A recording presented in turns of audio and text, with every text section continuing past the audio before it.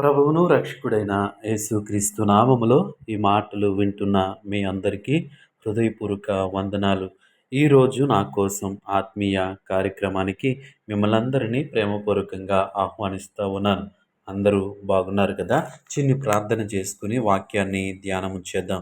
పరిశుద్ధుడా, ప్రేమగల తండ్రి, గొప్ప దేవుడా, నీకు వందనాలు, వేలాది స్తోత్రములు ప్రభా. ఈ సమయంలో నీ మాటలు వినటానికి ఆశ కలిగి ఉంటుండగా వాక్యపు వెలుగులోంచి మా అందరితో మాట్లాడమని యేసు నామంలో ప్రార్థిస్తున్నాము తండ్రి. ఆమేన్. ఈరోజు దేవుని వాక్యము యెషయా గ్రంథము 30వ అధ్యాయము 19వ వచనము.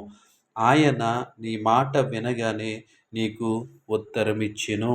ఈ వాక్య భాగాన్ని మనం గమనించినట్లయితే నీకు ఉత్తరం ఇస్తానంటున్నాడు.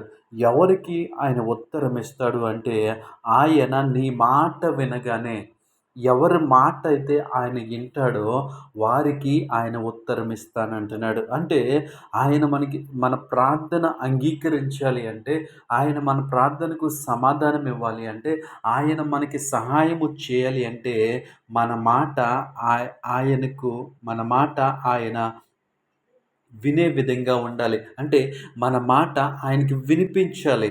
ఆయన నీ మాట వినగానే, అంటే మనం చేసేటువంటి ప్రార్థన, మనం అడిగేటువంటి సహాయము ఏదైతే ఉందో అది ఆయనకి వినిపించాలి. ఎప్పుడైతే ఆయన మన మాటను వింటాడో న్ నీకు ఉత్తరం ఇచ్చేదను.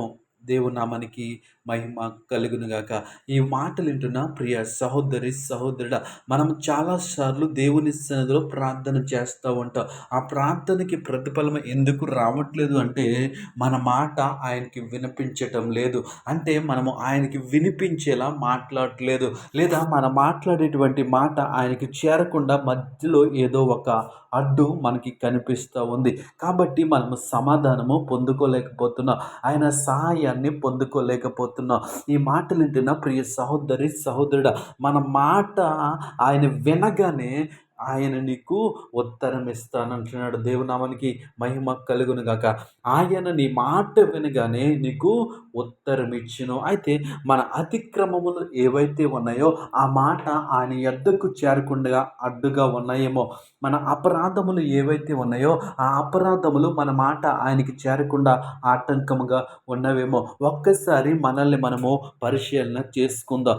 ఎందుకు నా మాట ఆయనకి వినపడటం లేదు? ఎందుకు ఆయన నా మాటను వినలేకపోతున్నాడు? మనము ఆలోచించి మన జీవితాన్ని సరిచేసుకున్నప్పుడు, మన ప్రార్థన జీవితాన్ని సరిచేసుకున్నప్పుడు ఆయన మనకి ఉత్తరం ఇస్తానంటున్నాడు. ఈ మాటలు వింటున్న ప్రియ సహోదరి, సహోదరుడా, ఎన్నాళ్ళ నుంచి నీవు చేస్తున్నటువంటి ప్రార్థన, ఇన్నాళ్ళ నుంచి నేను చేస్తున్నటువంటి ప్రార్థన ఆయనకి వినపడట్లేదేమో. ఒకవేళ మన అపరాధములు అడ్డుగా ఉన్నాయేమో, మనం చేసేటువంటి ప్రార్థన ఆయన సన్నిధికి చేరకుండా ఏవి అడ్డుపడుతున్నాయో వాటిని మనము గమనించి వాటిని మనం తొలగించుకున్నట్లయితే మన మాట ఆయనకి వినగానే నేను నీకు ఉత్తరం ఇచ్చేదను. దేవుడు అంటూ ఉన్నాడు, నీ మాట నేను ఎప్పుడైతే వింటానో నేను నీకు సమాధానం ఇస్తాను. నువ్వు దేని గురించి అయితే ఆశ కలిగి ఉన్నావో ఆ ఆశను నేను నెరవేరుస్తాను, ఆ ఆశను నేను తీరుస్తాను. అయితే మన మాట ఆయనకి వినపడేదిగా ఉండాలి. ఏదో నామకార్థంగా దేవుని సన్నిధిలో ప్రార్థించటము కానీ, విశ్వాసము కలిగి దేవుని సన్నిధిలో ప్రార్థించాలి. మనం ఎప్పుడైతే విశ్వాసం కలిగి దేవుని సన్నిధిలో ప్రార్థన చేస్తామో ఆ మాట ఆయనకి వినిపిస్తుంది. చిన్న ఉదాహరణ మనం చూసినట్లయితే, మనం ఎవరికైనా ఫోన్ చేస్తామనుకోండి, వారితో మాట్లాడటం ఇష్టం లేనప్పుడు ఏం చేస్తామంటే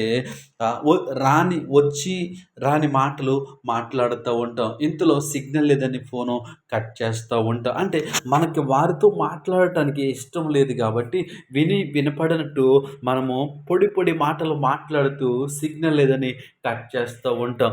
అలాగే దేవునికి మనం ప్రార్థన చేస్తున్నప్పుడు ఆయన యందు విశ్వాసంతో ప్రార్థన చేయాలి. ఆయన యందు నమ్మకంతో మనం ప్రార్థన చేయాలి. ఆయన నా ప్రార్థన ఆలకిస్తున్నాడు అనేటువంటి విశ్వాసంతో మనం ప్రార్థించినప్పుడు ఆయన మన మాట వింటాడు. మన మాట వినగానే ఆయన మనకి ఉత్తరం ఇస్తాడు. మనం దేని గురించి అయితే ప్రార్థిస్తున్నామో, మనం దేని గురించి అయితే కనిపెడుతున్నామో దేవుడు మన జీవితంలో వాటిని జరిగించేవాడై ఉన్నాడు. అయితే మన మాట ఆయనకి వినిపించాలి. ఈ మాటలు వింటున్న ప్రియ సహోదరి, సహోదరుడా, మన మాటలు ఆయనకి వినిపించకుండా ఏవి అడ్డుగా వస్తున్నాయి? లేదంటే మనం చేసే ప్రార్థన యందు మనం ఆసక్తి కలిగి లేవేమో ఒక్కసారి పరిశీలన చేసుకొని, ఆయన వినేటివంటి విధంగా, ఆయన మన ప్రార్థన వినే విధంగా మన ప్రార్థనా జీవితాన్ని సరిచేసుకుందాం. అట్టి కృప దేవుడు మనకి అనుగ్రహించును గాక. ఆమేన్.